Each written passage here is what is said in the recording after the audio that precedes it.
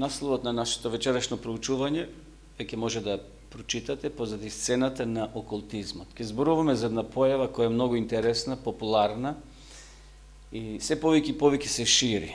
Окултизм. Што е тоа окултизм?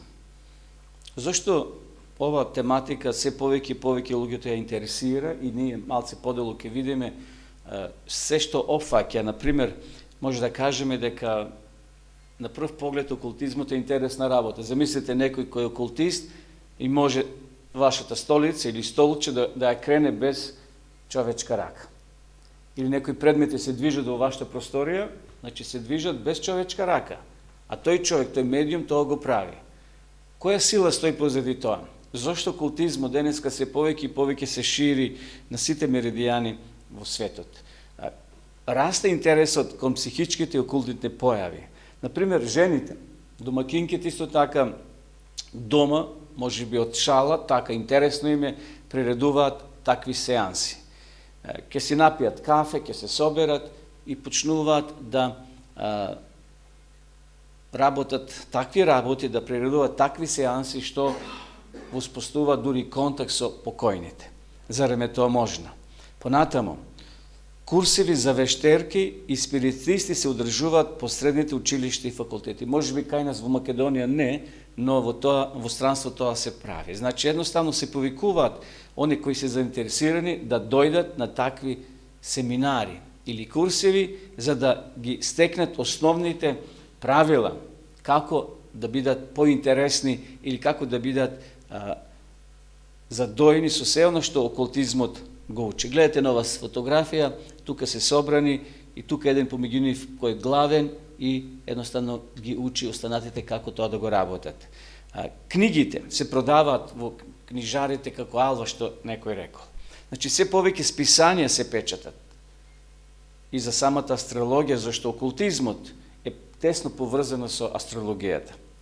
На радио, на телевизија, сега би рекли на интернет, може да најдете милиони информации, статии кои се поставени, настани кои го обработуваат овој проблем, значи овие психички или окултни појави. Понатамо, еве ќе споменеме вечер една личност, може би за вас и за нас непозната, но ако го напишете ова име на интернет, ќе најдете цела листа дека ова жена е стварна, постоела, сега е покојна. Таа умрела во минатиот век. Меѓутоа, Джини Диксон станала една од најпознатите жени во Америка. Ние сега ќе спомнеме пошто била позната. И тоа го забележала историјата. И сега има едно пророштво, што подоцна ќе го прочитам, што таа го кажала за време на својот живот, дека ова година е последна година на човештвото, дека ќе се случи Армагедон. Подоцна ќе го прочитаме тој извештај од едно списание. Значи, станала позната по овие работи. Го прорекла атентатот на Џон Кенеди. А знаеме кој бил Џон Кенеди. Така, председател на Америка. Подоцна ќе ја видиме годината. Самоубиството на Мерлин Монро и смртта на Рузвелт. Гледате, овие работи ги погодила ова гатачка. Ова е гатачка. Джини Диксон, современа гатачка. Луѓето од сите општествени слоеви се прашуваат за својата иднина. Одат кај неа и ја прашуваат каква ќе им биде иднината. Дали ќе биде добра, дали ќе биде лоша, дали ќе бидат среќни во бракот, дали ќе најдат работа и така натаму. Значи, оделе луѓе, а гледате ова жена што држи во раците? Стаклена топка или кугла. И таа гледа во нејзе и ги одредува судбините или ја кажува судбината на луѓето. Таа им зборувала на луѓето за нивните бракови, дали ќе бидат среќни или несреќни, за изборите. Сум читал дека во Македонија некои председатели, премиери за време на изборите одаат кај некои бајачи, гатачи во Македонија да ги праша дали ќе победат. И го има тоа на секоја година, на почетокот на секоја година има они јасновици кои погодуваат каква ќе биде годината, дали ќе биде ова партија на власт или она партија. И луѓето одаат за личните одлуки што треба да ги донесат. Какви опасности имат во иднина. Оделе кај оваа жена, кај Джини Диксон, се со цел да дознаат. А кој од нас не сака да дознае што го чекава утре? Тој тенок мраз, кај што секој од нас може да се лизне и да падне. Но, еве ќе видиме како ова жена гледала и погодувала. 40%, овој податок е многу интересен, 40% од незините пророштва не се исполниле. Значи некои се исполниле. И луѓето паѓаат на тие што се исполниле, на тие што се оствариле. Меѓутоа, оние другите 40% луѓето ги стават по страна. Или воопшто не ги гледаат дека не се оствариле. Меѓутоа, ова жена станала популарна. Еве, овај од синоќа го симнав од интернет, од едно електронско списание, Спутник се вика, може да го најдете на интернет, еве што пишува. Гатачката Диксон, кој точно го предвиде атентатот врз американскиот председател Џон Кенеди во 1963 година, исто така предвиде дека светот ќе биде погоден од Армагедон во 2020 година. Дали почнат нешто да не лази по нашето тело, почитување? Ако го погодила убиството на Џон Кенеди, можеби ја кажа вестината, дека еве, сега 2020 година. Дали ќе се случи Армагедон? Ја не знам. Но таа вели дека ќе се случи. Кога го кажала тоа? Во книгата од 1970 година, наречена Повик до слава, Диксон напишала: Армагедон ќе се случи во 2020 година. Кога лажниот пророк, сатаната и антихристот ќе се кренат и ќе се борат против човештвото. Видите колку е тоа замаскирано, колку е тоа така наивно напишано. Зошто овие три сили се спомнуваат во Откровението. Значи, антихрист се спомнува, лажниот пророк, сатаната, знаеме кој така натаму. Меѓутоа, како е тоа замаскирано, запаковано во убав целофан. И сите да не фати на мамка, да поверуваме дека навистина ова година е последна, Армагедон.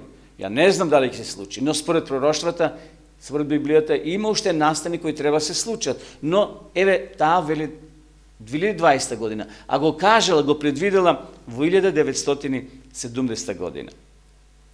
И покрај тоа што погоди за Кенеди, многумина велат дека предвидувањата на Диксон, која почина во 1997 година, значи починала при крајот на минатиот век, не биле секогаш точни. Како што пренесува Спутник, Диксон ја објавила и апокалипсата за 1962 година, исто така и дека лекот за рак ќе биде откриен во 1967 година. Овде промашила. Значи, исто така кажувала дека светот ќе заврши 1962 година или дека ќе се пронајде лек во 1967 година. Гледате ова гатачка. Јавно кажува. Јавно може да прочитате, да ја најдете на интернет. Дека таа постоела, дека живеела и ги погодила тие работи. Меѓутоа, дали оваа жена, како пророк, се сложува со библиските пророштва? Дали ова гатачка, дали ова жена, Джини Диксон, се сложува онака како што Бог кажува, дека пророците ќе имат знаење, пророците ќе кажуваат што ќе се случи во иднина, но дали оваа жена може да ставиме во рамка на истите тие пророци како што били Јован, како што бил Исаија, Езекија или некои други Божи пророци. Ајде да читаме што вели Библијата за таквите луѓе. Како да ги препознаеме дека се вистинити или дека се лажни. Бог му кажал на Мојсе, а тој го запишал следново. Ако во твојата средина се појави некаков пророк или човек со гледање во соништа, па ти изнесе некаков знак или чудо, и тој знак или чудо за кое ти зборувал се исполни, и тогаш што и ти рече да тргнеме сега по други богови, кои досега не ги познаваше, и ним да им искажуваме почитување, Бог изричито кажува: не слушај ги зборовите на тој пророк, ни соништата на тој соновач. Овде, почитувани, Бог става јасни рамки, кога ќе се појави некој пророк, како да го препознаеме. Значи, ако тој пророк те води кон Бога во ред, меѓутоа ако те води настрана, лево или десно, или ако кажува нешто спротивно на Библијата, овде вели не слушај ги зборовите на тој пророк и соништата на тој соновач. А пророк Исаја оде малце подлабоко и вели: а покрај сведоштвата, ако не зборуваат според ова слово, значи според Библијата, пророк Исаја вели во нив нема светлина. Кога ќе кажеме за светлина, значи нема вистина. Тие се фалсификат, тие се имитација. Значи, замотани субав целофан, привлечна хартија, но кога ќе отвориме внатре, гнилеш, вели Светото писмо. Дали Джини Диксон како пророк се сложува со библиските пророштва? Кога е запрашале дали низините предскажување се во склоп со Библијата, таа е што кажала. Не знам, ја зборувам она што ми е кажано. Значи, таа била само медиум, таа слуша некоја порака и таа ја пренесува, зашто се дала во рацете на оној нечестивиот да биде инструмент и да пренесува одредени пораки. Ние знаеме дека сатаната знае работи што ќе се случат во иднина, некои работи ги знае. Многу работи знае што се случили во минатото. И тој тоа така ќе го спакува преку посебни медиуми, преку посебни луѓе или жени, и нас ќе не збуни ако не сме утврдени доволно во Библијата или во Светото писмо. Во својата книга Дарот на пророштвото, таа зборува за пораката на змијата. Но што кажала подоцна? Го променила своето мислење за ова порака во една подоцнежна книга, Мојот живот и пророштвата. Зарем, ако е таа вистински пророк, има право да ги менува своите размислувања или своите изјави. Вчера кажала една изјава, како што спомнавме сега во една книга, во друга книга си ја побива изјавата од претходната изјава. Вистинскиот пророк никогаш не го менува своето мислење. Зошто? Затоа што е сигурен во она што го кажува, ако го добива од Бога.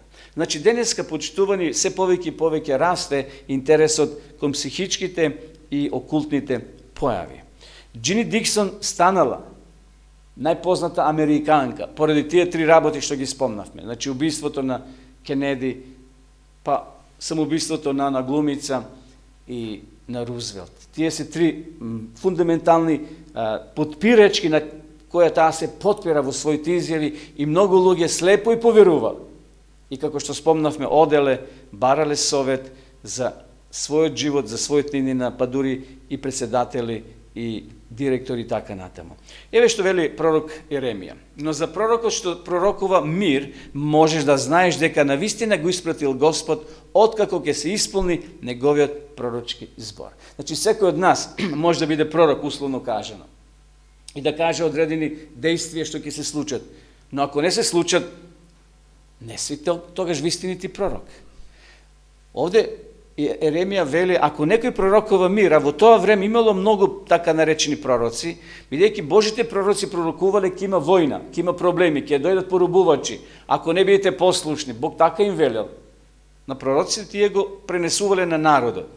Меѓутоа се појавувале така наречени миролюбиви пророци кои рекле, не, тоа не е точно. Ке има мир 1000 години.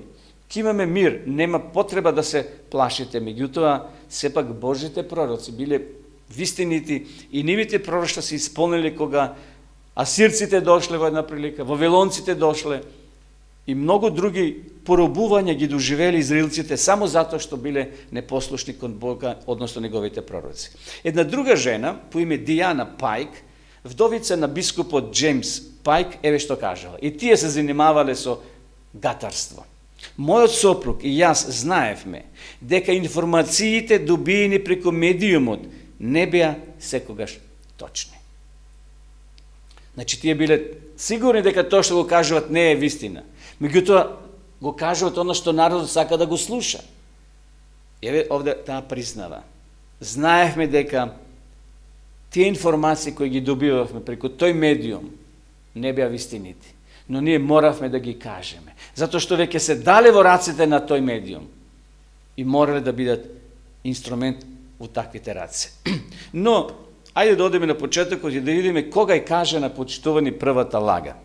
Кога сатаната успел да ги излаже нашите прародители? Како успел сатаната лагата да ја спакува во една убава кутија, замотана со прекрасен целофан, со прекрасна хартија? И Ева, на жалост, паднала. Еве го текстот. Змијата беше полукава од сите полски животни. Што Господ Бог ги направи. Таа и рече на жената: вистина ли е дека Бог рекол не ќе јадете од ниедно дрво во градината? Гледате, сатаната секојаш доаѓа со прашални реченици, да те збуни, да те натера да размислуваш дали е вистина, кога Бог 100 пати им рекол вистина е, немојте тоа да го правите. А жената ја рече на змијата: Смееме да јадеме плод од дрвото во градината. Само за плодот на дрвото што е среде градината, Бог рече, не јадете од него и него допирате за да не умрете. А змијата ја рече на жената, навистина не ќе умрете. Како едно мало дете кога му кажуваш, сине, немој да фаќаш тамо на жиците, зашто тука е опасно, може да страдаш, а то намерно ќе отиде тамо да испита. Добро, детето има грешни гени, да кажеме. Ама Ева, која немала грешни гени, таа била создадена директно од Бога, од реброто на Адама. Сега доаѓа кушачот и дава нешто примамливо и таа гледа, а тој вели, нема да се случи ништо од тоа што ги кажал Господ. Туку Бог знае дека во оној ден, кој ќе јадете од него, ќе ви се отворат очите и вие ќе бидете како Бога. Друг превод вели, ќе бидете како Бог. Да бидеш како Бог, па тоа е примамливо, распознавајќи го доброто и злото. Ете, почитувани, ова била таа прва комуникација на Ева со непознатото суштество, во овој контекст змија. Меѓутоа, позади змијата стоел сатаната. Змијата била прекрасно животно. Едно од најубавите во тоа време, ги привлекувала очите на луѓето во тоа време. И Ева се загледала. Ева уметникот како тоа го нацртал. Тука е Ева, која подолго време се задржала покри дрвото, а не смела толку време да се задржува. Адам е тамо, гледате поназад, таа гледа и комуницира со медиумот, со змијата, односно со сатаната. И Ева набрала плод и каснала од него. Нема вие да умрете, ќе станете како богови. И денеска сатаната оди на иста финта. На иста финта тој работи да не прелаже, се со цел да му поверуваме на неговите лаги. Лагата за безсмртноста на човекот е темел на спиритизмот. Овде сатаната и ветил на Ева, нема смрт, ти ќе умреш, но ќе живееш.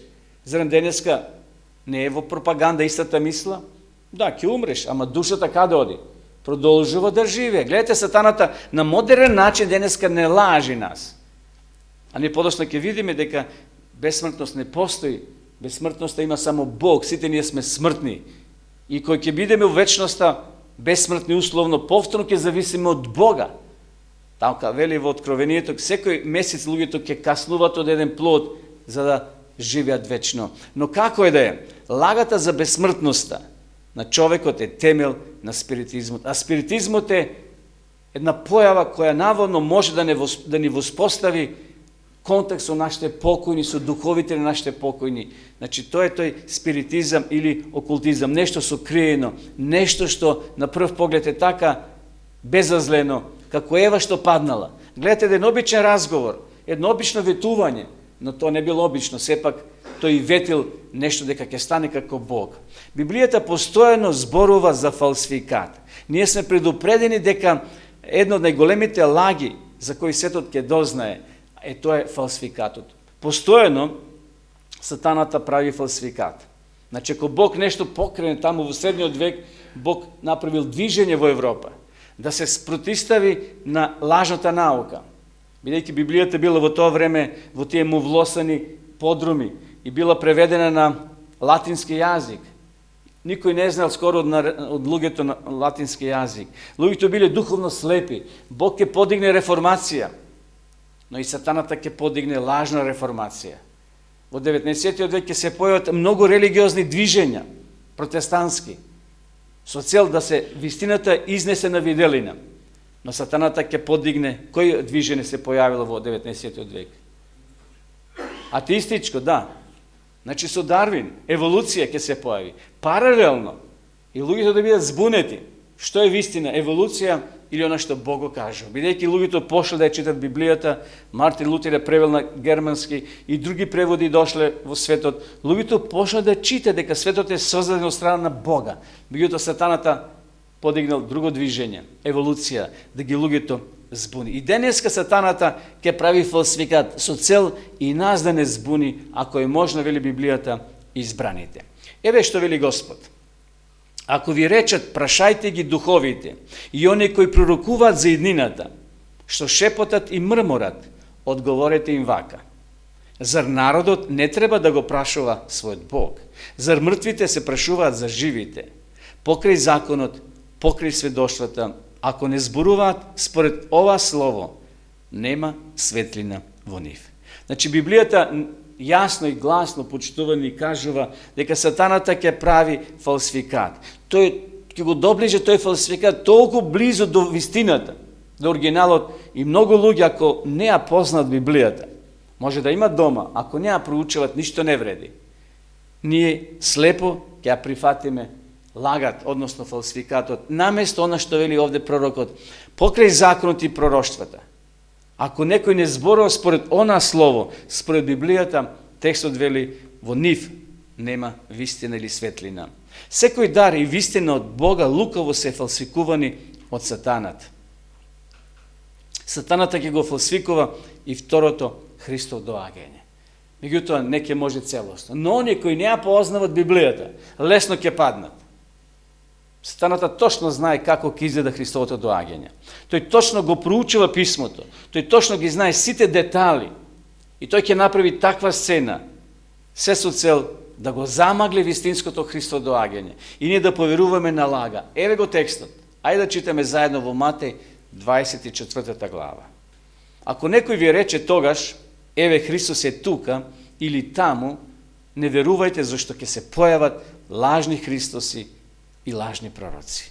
Па ќе прават големи знаци и чуда, за да ги заблудат, ако е можно, избраните. Еве, ви реков однапред, и така ако ви речат, е него во пустината, не излегувајте, е него во една од натрешните соби, не верувајте, зашто како што молњата излегува, од исток и светка до запад, така ќе биде и доаѓањето на пророчкиот син. Ако малце отидете по интернет и по тие сајтови религиозни, кај што наводно се излекуваат луѓе од посебни проповедници кои пред голем собир на луѓе прават чуда, излегуваат сакати болни на колички, во соштаки, и таму тие ги допираат, прават некои ритуали, некои сцени, некои молитви, и луѓето паѓаат како карти. И мислиме дека еве Бог се тука манифестира. Тоа е Божје чудо. Меѓутоа, гледате, почитувани, тоа Исус ни го кажал однапред. Сето тоа треба да го преиспитаме преку призма на Библијата, дали се тоа вистински чуда или сатаната е вешт мајстор. Овде вели, ќе се појават лажни Христоси, лажни пророци, па ќе прават големи знаци и чуда. Не некои тамо локални. Големи знаци и чуда. Тоа ќе се пренесува на телевизија, луѓето ќе гледат, ќе се восхитуваат, само што Христос не се појавил. Ќе и креват рацете како Христос, ќе имат одење како Исус, зборови како Исус, за да ги заблудат, ако е можно, избраните. Некој може ќе каже, Исус дошол во Лондон, во Мексико, во Мелбурн се појавил. Не. Текстот вели, не излегувајте, не верувајте, зашто како што молњата излегува од исток и светка до запад, така ќе биде доаѓањето на Синот човечки. Значи, не треба да бидеме прелажени, кога е во прашање второто Христово доаѓање, тоа ќе биде јасно. Сатаната ќе го фалсификува, тој ќе покуша. Библијата вели дека Исусово доаѓање ќе биде видливо за секој око. Еден текст вели во Новиот Завет, и они кои го прободува ќе го видат Христовото доаѓање. Ќе има таква привилегија да воскреснат и да го видат Исус како доаѓа од исток. Значи, не треба да бидеме прелажени кога е во прашање Христовото второ доаѓање. Еве доаѓа со облаците и ќе го види секое око. И они кои го прободува, и сите земни племиња ќе заридаат за него. И Јован на крајот вели, да, вистина. Тоа е вистината. Ќе го види секој око, и он е од исток, и он е од запад, и од север, и од југ. Сите во исти миг. Секако спасените ќе го видат, а и оне живите грешни ќе го видат, но нема да заменат со Исуса, туку ќе останат овде. Овде ќе останат 1000 години покојни, додека не дојде втората смрт, односно воскресение. Предупредени сме на од големите лаги за кои светот ќе дознае, а тоа е дека кога Исус ќе дојде по втор пат, нема да ја допре земјата, и тоа е знак. Значи, ако Исус, некој вели, дошол во Мелбурн, не е тоа точно. Исус нема да ја допре земјата по второто доаѓање. Тој само ќе дојде на една прописна висина, ќе ги воскресне покојните праведни и преобразени заминуваат со него на небото. Тек по трет пат кога ќе дојде, тогаш тоа е веќе друга приказна. Тогаш ќе се случи сосема нешто друго, заедно со спасените ќе се спуштат овде нова планета. Зашто самиот Господ на заповед, при глас на архангел, при Божја труба, ќе слезе од небото. И гледате овде, мртвите во Христа ќе воскреснат прво. Пото ние живите, ние кои останавме, Павле бил жив кога ги пишува овие изјави. Пото ние живите, ние кои останавме, ќе бидеме земени, грабнати заедно со нив на облаците во воздух, во пресвет на Господа, и така за секојаш ќе бидеме со Господа. Сатаната може да прави чуда, со цел да не прелаже. Меѓутоа, тие чуда, вели, се демонски духови, кои прават чуда и одат при царевите на целиот свет, за да ги соберат за војна во великиот ден на Бога Семокниот. Сатаната може да се претвори во ангел на светлоста, може тој, и има таа сила, но неговите постапки се препознатливи. Неговите изјави се препознатливи. Знаете, кога Исус беше кушан во пустињата, 40 дена, и вели текстот, најпосле огладне. И кој му дојде во посета? Му дојде сатаната. И му вели: Исусе, ако си син Божи, направи од овие каменови леп. Замислете, ако си син Божи. То прашање провокативно, како што дошол кај Ева, мислејќи дека Исус е Ева и ќе падне Исус. Тоа било доволно знак дека ангелот кој тој го гледал Исуса пред себе не е Гаврило, не е Божји ангел кој дошол да го охрабри, туку тоа е ангелот Луцифер, сатаната, со цел да го искуша. И на Исуса му било јасно. Значи, делата негови може да бидат видливи. На прв поглед сатаната може да се претвори во ангел на светлоста, но неговите дела, неговите постапки се ѓаволски. Зашто таквите луѓе се лажни апостоли, измамливи работници кои се преправат во Христови апостоли. И не е чудно, зашто самиот сатана се преправа во ангел на светлината. И денеска ќе дојдат кај нас може некои апостоли, лажни, измамливи работници, во Христово име, ќе ти донесат Библија, ќе ти донесат некоја вистина, но се треба да проверуваме, почитување. Се треба да проверуваме дали тоа што ни се нуди е во склоп со Библијата. Па и ова што ние вечера го читаме и учиме, проверете го дома низ Библиите ваши. Еве, читаме текстови. Значи, се оно што го кажуваме, наша намера и желба е да се потпре на Библијата, да помине преку призмата на Светото писмо. И затоа Исус вели, и самиот сатана се преправа во ангел на светлината. Ако тој дојде со рогови, ако дојде со вила или со опашки, како што го прикажуваат во разни статии на слика, кој би примил такво суштество? Тој доаѓа во светлина. Тој доаѓа во таква позиција да биде примавлив, прифатлив, како што дошол Еве кај Ева во облик на змија. Сатаната може, значи, да се претвори во ангел на светлоста. Тој паднатите ангели во облик на луѓе кои умреле се појавува. Значи, ќе се појави во облик на твојот дедо, прадедо, татко, мајка или било кој, а сега не е меѓу живите. И тој знае каде да удри, каде е слабата точка. Тој знае каде е болната точка. Тој, значи, ќе го земе ликот, гласот на покојниот и ќе слушаш вечер глас во сон.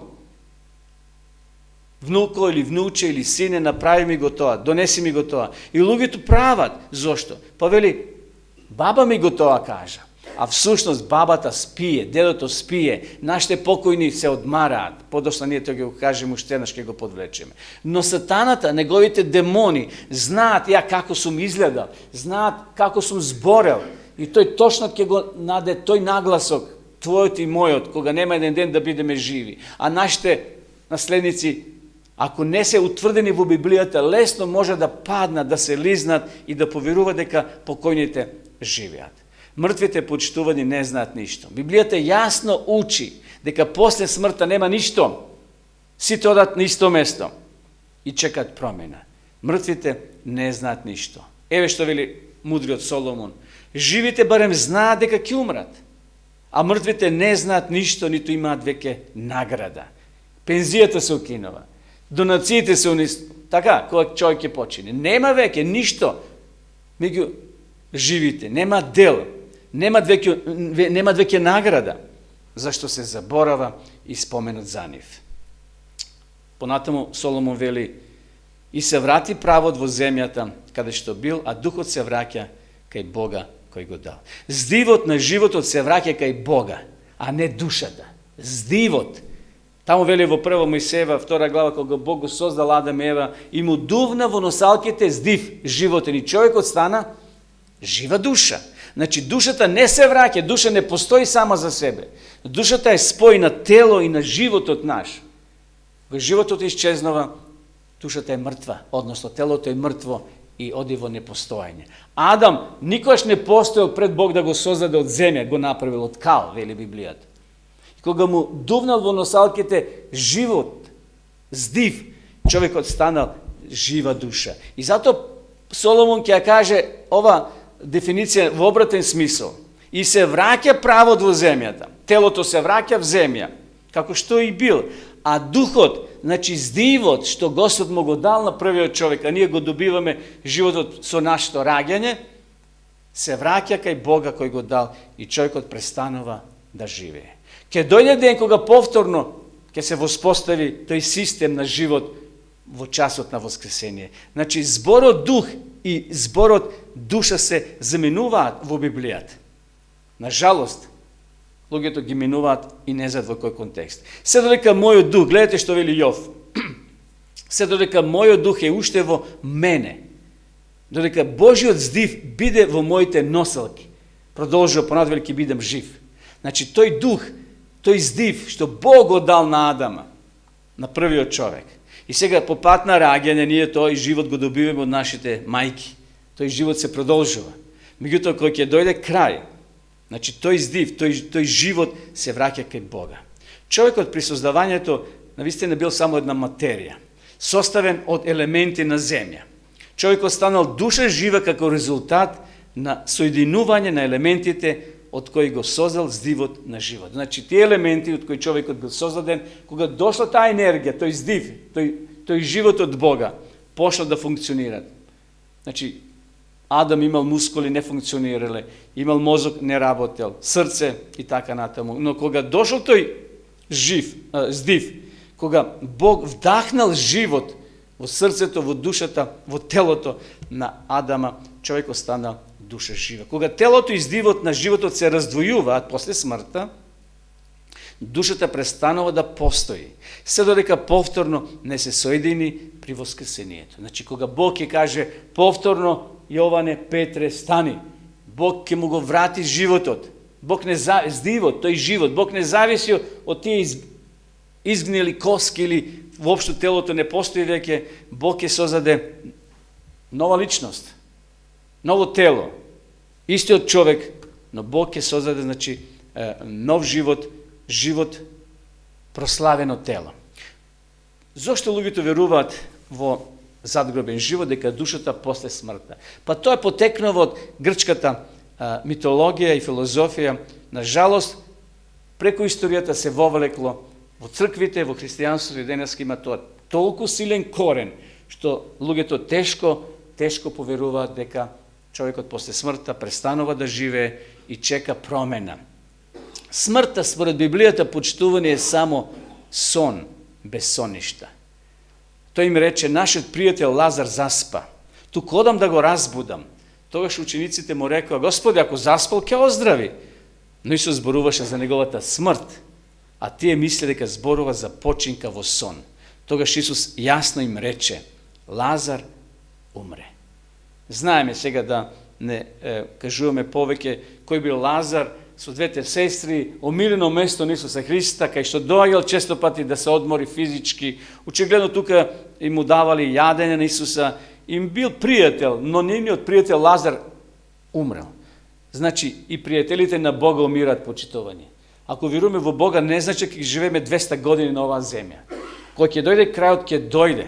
Но ако дојде да отидеме со вера, Лазар заспал со вера, не знаејќи дека тој ќе биде инструмент во рацете на Бога, што Исус подосна ќе го воскресе, ќе направи чудо, за денеска ние да го читаме, да се воскитуваме и да веруваме дека мртвите еден ден ќе воскреснат. Но сакам да нагласам дека Исусовите пријатели умираат. Тој е доказ. Еве, Лазар бил најблизок пријател на Исуса и тој умрел. Иако воскреснал, после известно време Библијата вели дека повторно умрел Лазар. Лазар не отишол на небото. Тој почива во својот гроб и чека повторно средба со Исуса. Чека повторно воскресение, но тоа воскресение ќе биде кога Исус ќе дојде по втор пат. Значи, овде Исус смртта ја споредува со сон. Нема болки, маки, грижи и свесност за поминливоста на времето. Човекот кога ги затвара очите, престанува да комуницира со било каков свет, ниту со небесниот свет, ниту со оние нова земја. Лицето може да биде во гробот 1 месец или 1000 години, сепак тоа ќе изгледа само како еден миг. Колку долго ние кога спиеме, знаеме дека спиеме? Еве, вечер си легнуваме, ги затвараме очите и одиме во сон. Дали знаеме колку долго сме спиеле? Не.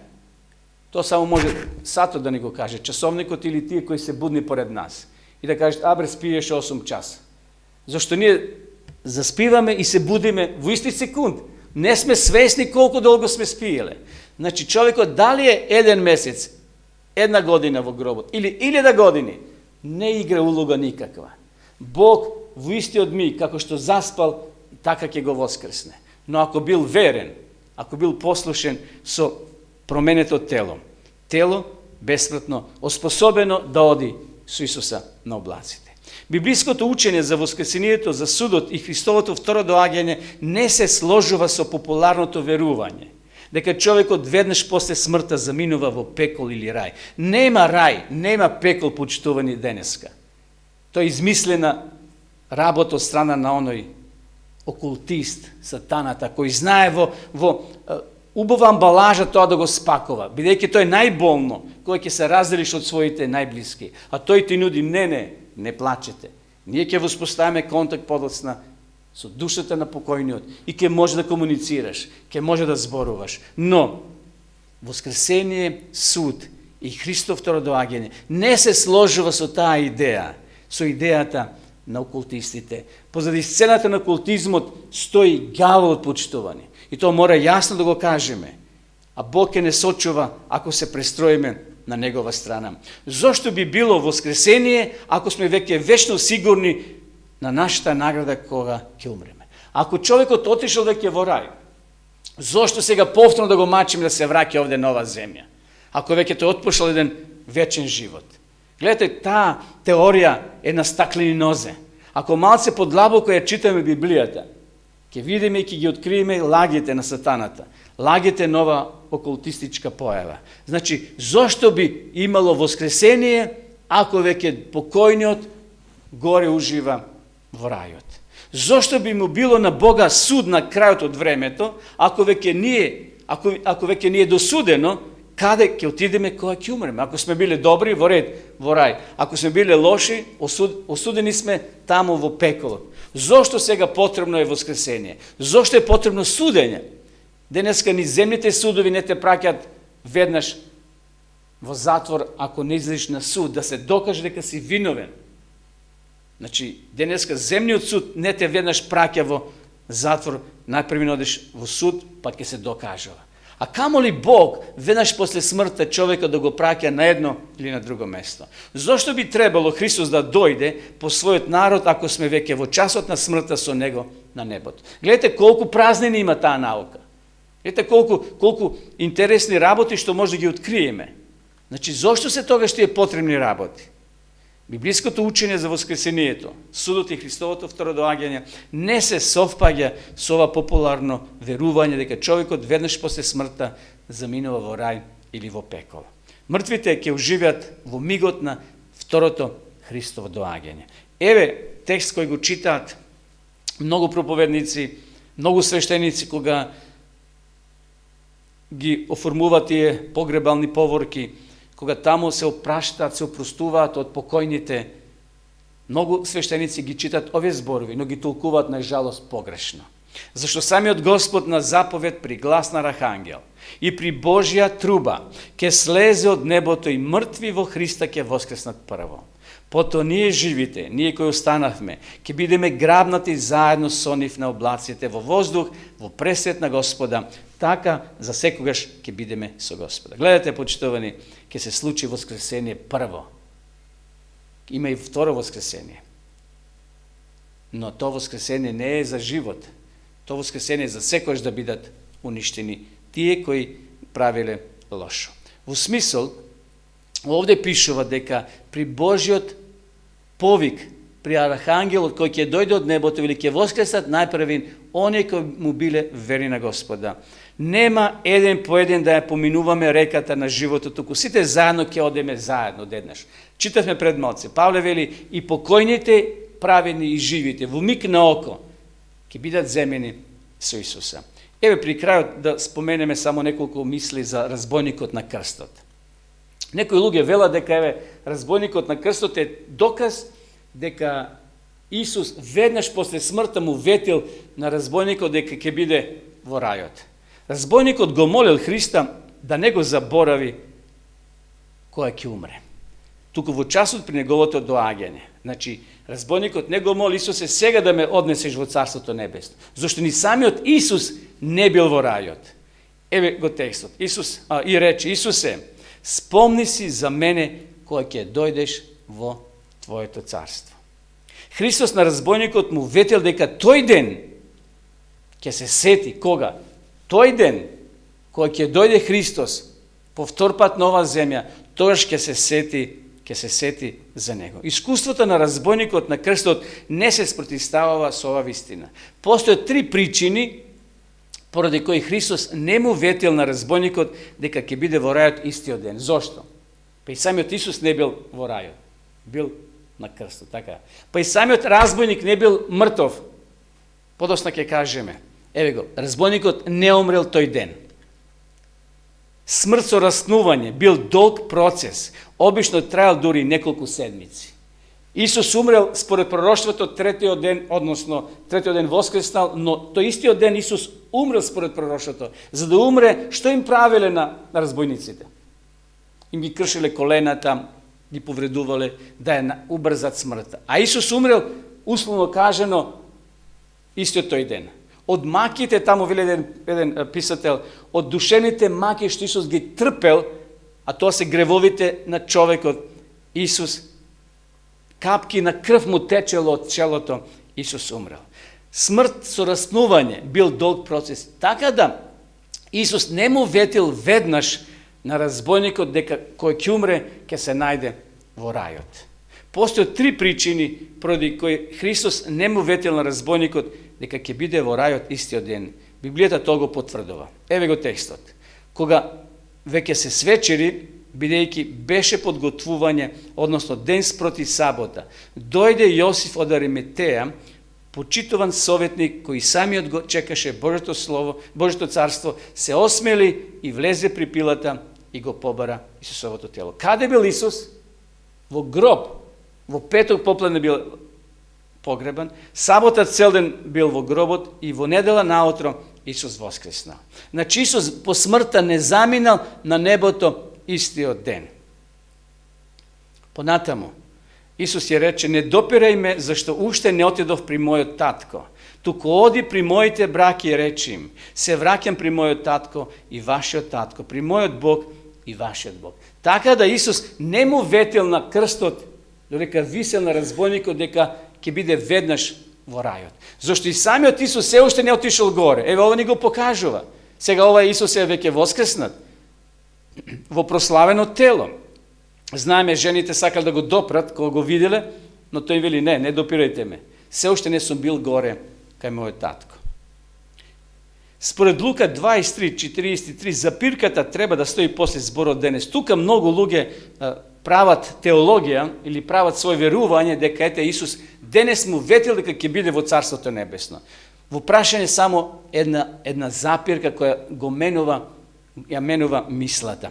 Значи, навистина ти велам денес треба да стои тука запирка, ќе бидеш со мене тогаш кога ќе дојде ден, кој ќе биде воскресение, кој ќе дојде повтор пат, значи во прашање знакот интерпункција. Знакот интерпункција е додаден во Библијата во 17. век. Значи, на неколку места таа е неправилно поставена. Тоа е дело на оние кои преведувале за да се остварат својата теологија, мене од реченици и зборови. Меѓутоа, фала на Бога што постојат оригинали, Библии, на кои е пишувана Библијата и точно се знае каде е таа запирка.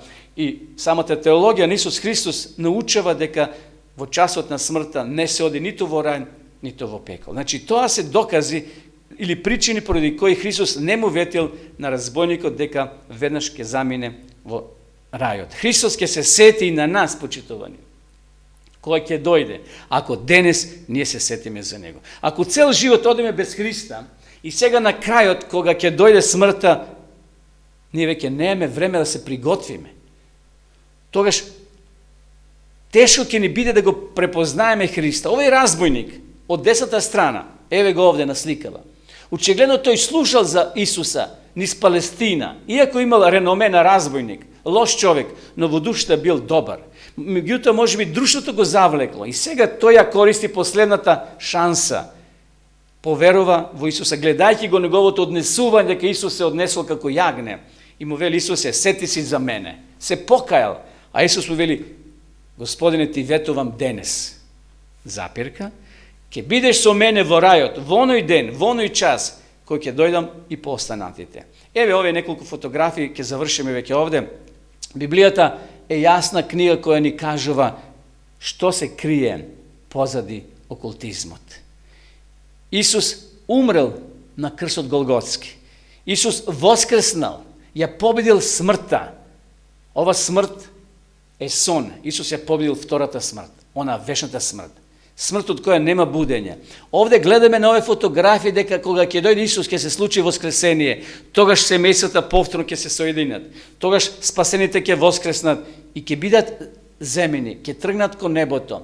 Еве во облак. Како што Исус беше во облак земен, таму непосредно близу Ерусалим, кога се вознел во присуство на 120 луѓе, така спасените ќе бидат поединачно или групно земени и ќе се упатат кон небото.